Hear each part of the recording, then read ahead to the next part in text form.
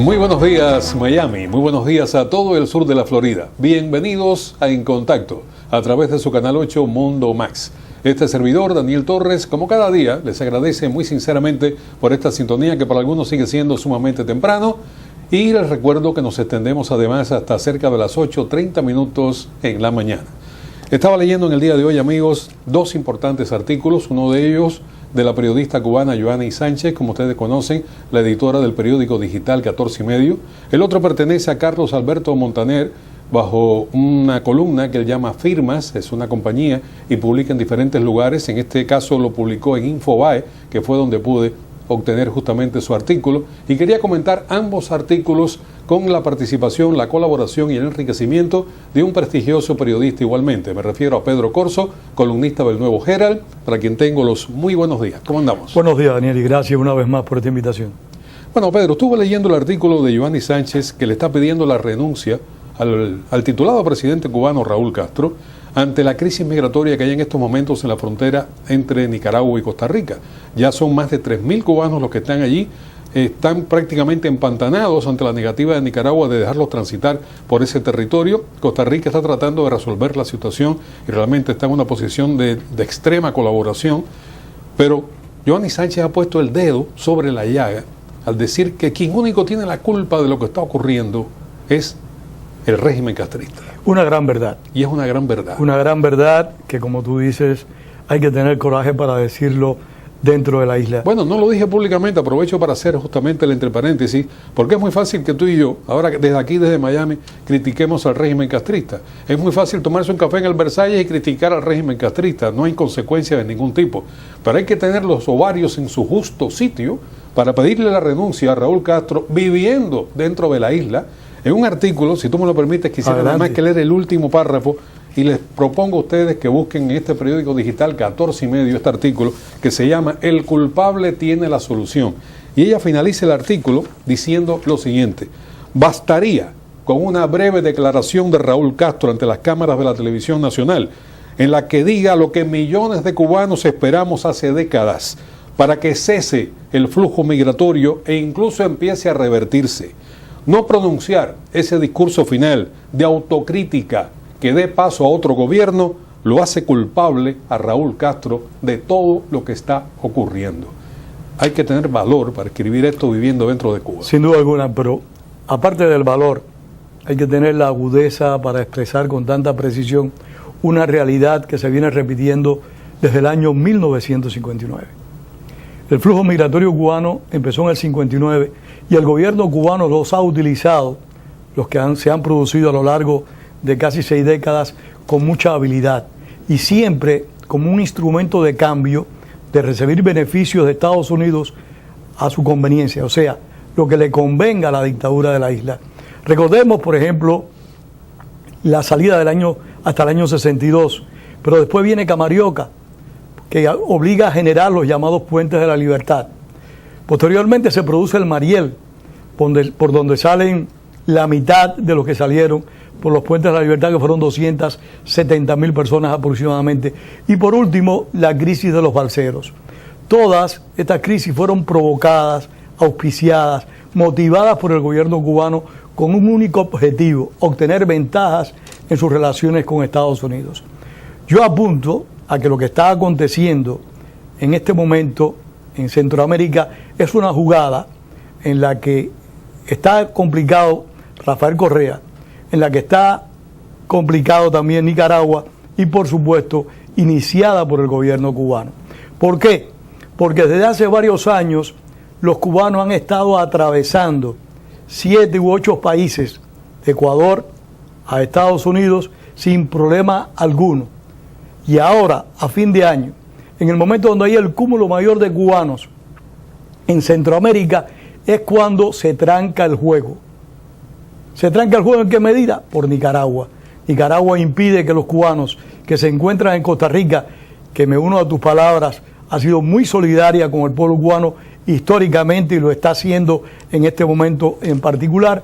Costa Rica sigue ayudando. Nicaragua, que es aliada de la dictadura, rechaza que los cubanos atraviesen por allí. Ecuador, que sabe que los cubanos que van para ese país no se van a quedar allí van a venir a Estados Unidos y van a hacer toda esta travesía, pues sigue dando las visas.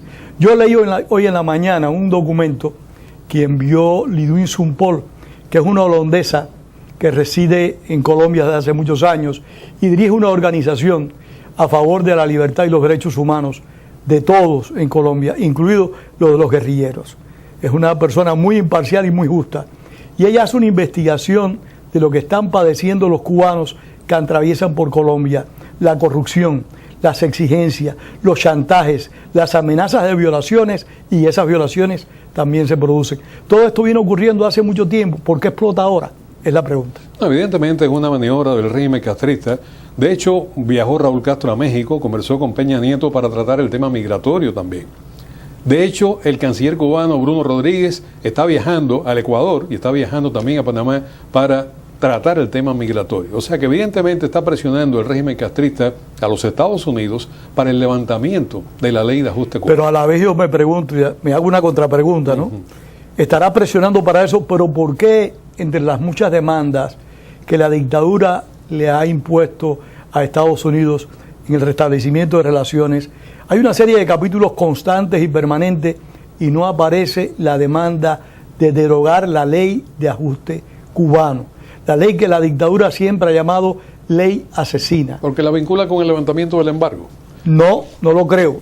Honestamente te digo, yo creo que es una jugada del gobierno. ¿Por qué? Porque el gobierno cubano le permite a los ciudadanos de la isla viajar al exterior, por supuesto, no a todos, porque sabemos que es un derecho restringido, viajar al exterior y estar fuera del país 2 años. La ley de ajuste cubano solo demanda que el cubano que salga de Cuba esté fuera de la isla 1 año. Son grandes recursos, grandes cantidades de dinero que están ingresando a Cuba desde Miami o desde cualquier ciudad de Estados Unidos de manera constante y frecuente. La CEPAL calculó el año pasado que de aquí a Cuba se enviaron más de 1.800 millones de dólares. Yo estoy recordando, Pedro, que Bill Clinton le dijo al régimen castrista, Bill Clinton, que había sido un hombre que incluso estaba a favor del levantamiento del embargo a Cuba, un presidente que estuvo a favor del levantamiento del embargo, pero refiriéndose a la política migratoria, le dijo a Fidel Castro directamente que Estados Unidos iba a leer como una declaración de guerra cualquier intento de una nueva estampida migratoria de cubanos hacia Estados Unidos de manera no controlada y de manera ilegal. O sea que Estados Unidos debe estar pensando en estos momentos, bueno, si yo no controlo esta situación con los cubanos, sencillamente tengo otra crisis migratoria de cubanos dentro de Estados Unidos. Y eso lo sabe el régimen castrista. Es un chantaje desde mi punto de vista. Lo dijo Bill Clinton y hay que ver, perdona que te interrumpa, no, tranquilo, lo que ha estado haciendo hasta ahora el presidente Obama por tal de restablecer relaciones con la dictadura de La Habana. O sea, hasta qué punto los compromisos o declaraciones de presidentes previos van a ser asumidos como compromisos, por el gobierno actual de Estados Unidos. Para mí esto forma parte de un gigantesco chantaje. La migración, la dictadura ha utilizado a los ciudadanos cubanos como torpedos en sus relaciones internacionales. Recordemos el escándalo que una vez tuvo con México, cuando un grupo de cubanos buscó refugio en México. Y recordemos que el Mariel se origina por la crisis de la Embajada del Perú, cuando Cuba también trató de chantajear al gobierno del Perú.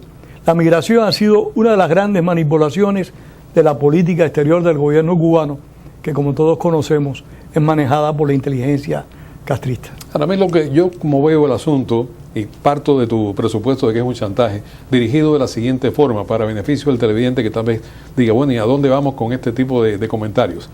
¿Qué hago? Yo te controlo, Estados Unidos, la inmigración, si tú me levantas el embargo. Si tú no me levantas el embargo, mira lo que puede pasar. Sencillamente este es el planteo. Puede ser parte de un chantaje, no lo rechazo por completo, simplemente son posibilidades a presentarse. Y de hecho ya están tratando de tapar el hueco antes que salga el grano, tapando el grano antes de que salga, porque ya viajaron a los países que son parte de esta conspiración, empezando por Ecuador, como tú decías, y Nicaragua, genuflexo por completo al régimen, está obstaculizando también el paso de los cubanos, y por lo tanto, una decisión de Cuba resolvería la situación. Ahora, ¿cómo la resuelve Cuba? Si me levantan el embargo en Estados Unidos. Es un chantaje. O como cesa la inmigración, como bien dice Giovanni Sánchez, que el gobierno cubano Bueno, reconozcan su fracaso y renuncien. Bueno, hay una anécdota, sabes que el cubano se burla hasta de uno mismo. Nosotros los cubanos nos burlamos hasta de nuestras propias penurias. Y hay un chiste clásico en Cuba desde hace muchísimos años, que está la gente haciendo cola en la oficina, en la que era la oficina de interés, ahora la embajada norteamericana, y llega Fidel Castro a pedir visa. Y entonces pregunta, ¿quién es el último en esta cola? Y el que está último le dice, no, comandante, si usted se queda en la cola, todos nos vamos, usted es el primero. Y ese justamente, si él se va y se va el hermanito y renuncia el hermanito, está resuelta la situación migratoria, porque nunca los cubanos fuimos proclives a la inmigración. Ahora, ¿tú conoces en la historia universal algún dictador que renuncie? ¿Tú conoces eso? No, y menos un dictador que lamentablemente sigue contando con el apoyo mayoritario de la opinión pública mundial, un dictador que ejerce un control férreo sobre la ciudadanía. No lo creo. No creo que la dictadura renuncie. Yo creo que la lucha sigue siendo necesaria, que la demanda por los derechos humanos y las libertades hay que seguirla haciendo. Los que están en Cuba tendrán que hacerla en Cuba, los que estamos en el exterior tendremos que apoyarlos. El cambio político se tiene que producir por los propios cubanos, no por extranjeros, pero tampoco se va a producir por la voluntad de los cubanos que gobiernan la isla. Bueno, te propongo, vamos a dejar esta situación de esta crisis migratoria cubana en reserva para aprovechar el tiempo que nos quedan creo que unos 4 o 5 minutos para este segmento, para hablar de lo que ha ocurrido en Argentina, porque realmente es sumamente trascendente lo que ha ocurrido cuando el señor Macri ha ganado la presidencia argentina y está proponiendo un cambio total en Argentina que pudiera afectar también a América Latina.